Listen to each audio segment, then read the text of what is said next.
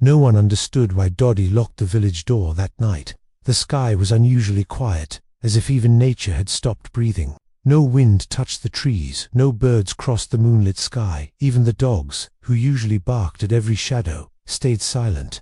Dadi stood near the old wooden gate at the edge of the village. The gate was ancient, cracked with age, used only during storms. Her thin hands trembled slightly as she held the rusted lock, but her eyes were steady, certain. "Go back to your homes," she told the children gently. "Tonight, no one leaves the village." The children hesitated. They were used to playing outside after sunset, chasing fireflies, laughing freely. But something in Dadi's voice made them stop. A few villagers gathered nearby. "Why are you locking the gate?" one man asked, half smiling. "The night is calm." Others whispered behind their hands, "Dadi is old." Someone murmured, "She sees danger where there is none. Age makes people fearful." Dadi heard them. She did not argue, she did not explain, she simply locked the door. The heavy click of metal echoed through the silence. That sound followed the villagers back to their homes. Mothers felt uneasy as they pulled their children inside. Fathers checked their doors twice without knowing why lamps were lit earlier than usual.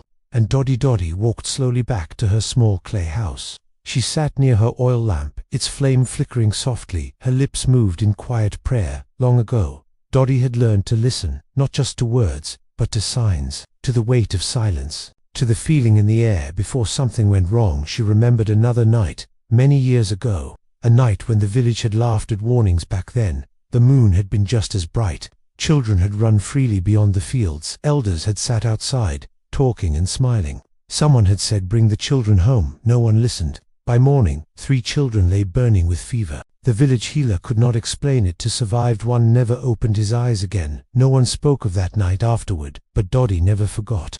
That memory burned quietly inside her heart. That's why, when the air felt heavy again, she knew. Near midnight, sleep refused to come inside their homes. Children clutched their mother's clothes. Some asked questions, most stayed silent. Fathers stood near doors, their hearts racing for reasons they could not name. Then it happened. A sound echoed from beyond the locked gate. Not footsteps, not wind, something slow, heavy. Dragging dogs howled, far away, their cries sharp with fear. Shadows moved near the edge of the village, stretching and shrinking under the moonlight. No one dared open a door. No one dared look outside for too long. Inside her house, Dadi closed her eyes. She whispered prayers with steady lips, even as her hands shook. Whatever passed that night never entered the village. It circled, it lingered, and then it moved on. By dawn, the silence lifted. Birds returned. The wind touched the trees again when the sun rose. Dadi walked back to the gate. She unlocked it slowly. The village stood untouched. No child cried from illness. No home showed signs of harm. But everyone felt it. Something terrible had come close, and had been kept away. The villagers gathered near the gate, their laughter gone.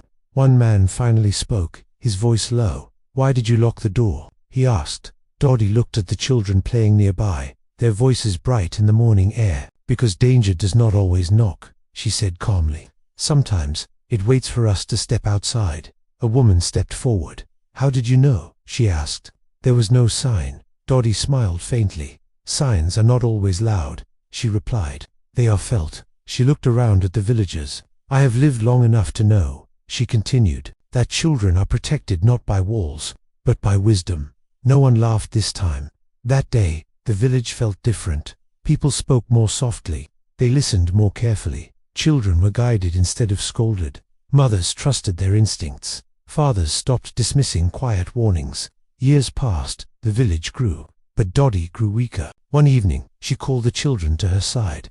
They sat close, just as they had on the night of the locked door. "Do you remember that night?" she asked. The children nodded. "Promise me something," she whispered. "When you grow up, protect what matters, even if others don't understand." Her voice faded with the lamp's light. That night, Dadi slept peacefully. She never woke up. The village mourned her deeply. And when storms came, when strangers passed, when silence felt too heavy, the village remembered. They closed their doors. They held their children close. They listened, and every child grew up safe. People still speak of that night, not as a night of fear, but as the night Dadi locked the village door and saved every child.